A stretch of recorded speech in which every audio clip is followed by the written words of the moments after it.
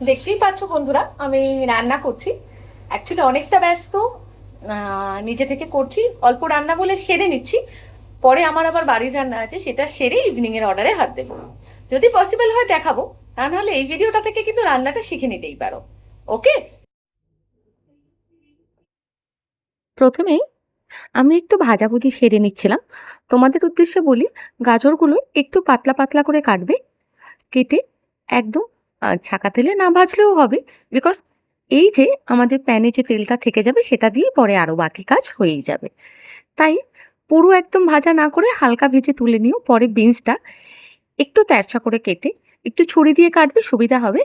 হালকা ভেজে তুলে নিও, দেখবে যেন পুড়ে না যায় বা একদম ফ্রাইড না হয়ে যায়, ঠিক আছে? তাহলে খেতে অতটা টেস্টি হয় না। এবং এটা আলাদা করে সরিয়ে রাখার পর আমি চিলি চিকেন রেসিপির জন্য পকোড়া, যেটা আমি ফ্রাইড করে নিচ্ছিলাম একদম ছাকা তেলে, সেটা ম্যারিনেশন প্রসেসটা আমি বলে দিচ্ছি। একটু ডিম, একটু vinegar, soya sauce, chilli garlic paste, এগুলো দিয়ে আমি ম্যারিনেট করে রেখেছিলাম 1-1.5 ঘন্টা আগে। আমি 15 to 20 মিনিটস মতো ধরো ফ্রিজ আপ করেছিলাম, কিন্তু তারপরে বের করে রেখে দিয়ে ন্যাচারালি এটাকে আমি ফ্রাইড করে নিয়েছি। হ্যাঁ, আর অবশ্যই সল্টটা একটু মিনিমাম দিও, কেন পরে সল্ট পড়বে। আমি কিন্তু কোনো রকম প্যাকেজিং মশলা ইউজ করিনি, লঙ্কা গুঁড়োও দিইনি, বাট সোয়া সসটা ইউজ করেছিলাম, ডার্ক সোয়া সস, ঠিক আছে? আবারও বলছি, ডিম, ভিনিগার, হালকা সস, সোয়া সস যেটা, সল্ট, আর আমি এটাকে ম্যারিনেট করেছিলাম একটু ময়দা, কর্নফ্লাওয়ার, আর আমি একটু সামান্য চালের গুঁড়ো দিয়েছিলাম।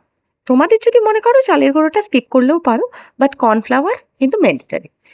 এটা ভেজে তুলে রাখার পর চিলি সামান্য, আর জিঞ্জার গার্লিকটা চপড করে কাটা আমি কড়াইতে সামান্য তেল দিয়ে দিয়েছিলাম হালকা ফ্রাইড হতে।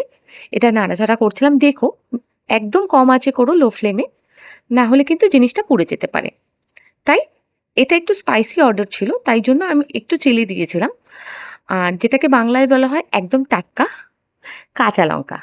তার সাথে দেওয়া হচ্ছিল tomato ketchup, red chilli sauce, আর সাথে ছিল তোমাদের সোয়া সস, আর সাথে ছিল ডার্ক সোয়া সস তো অবশ্যই, আর আমি এটা দিয়ে দিয়েছিলাম তোমরা চিলি সস। এগুলো তোমরা যখন খুশি দাও, মানে এরকম ব্যাপার নেই যে চিলি সসটা আগে দিতে হবে তারপরে ডার্ক সোয়া সস। আমি খুব ঘরোয়া পদ্ধতিতে একদম রান্নাটা বলছি, কোনো রকম এক্সট্রা রেস্টুরেন্ট স্টাইলে নয়, বিকজ হচ্ছে ঘরোয়া খাবার সবসময় হেলদি আর হাইজিন মেনটেন করে হয়। তাই সব রকম বললাম, যাতে তোমাদেরকে মনে না হয় এত কিছু কি করে অ্যারেঞ্জ করব। সব কিছু করে নেওয়ার পর একটু সামান্য ওয়াটার দেবে, জল, জাস্ট একদম সামান্য, ধরে নাও 3-4 চামচ মতো একটু জল দিলে বড় চামচের। অ্যান্ড দেন এগুলো দিয়ে তারপর যে পকোড়াটা ভেজে রেখেছিলে সেটা দিয়ে দেবে। আর হ্যাঁ, আমি আগেই বলে রাখি, একটু কিউব করে কাটা পেঁয়াজ আর কিউব করে কেটে রাখা ক্যাপসিকাম আমি আগেই ভেজে রেখেছিলাম, যেটা আমি দেখাইনি, ঠিক আছে? ভিডিওটা অনেক লেন্দি হবে বলে। তোমরা কিন্তু প্রপার ওয়েটা জেনে নিলে আমার থেকে চিলি চিকেন করার। এটা দিয়ে, চিকেনটা দিয়ে, আর যে ফ্রাইড ভেজেসগুলো ছিল সেগুলো দিয়ে এগুলো ভেজে নেবে।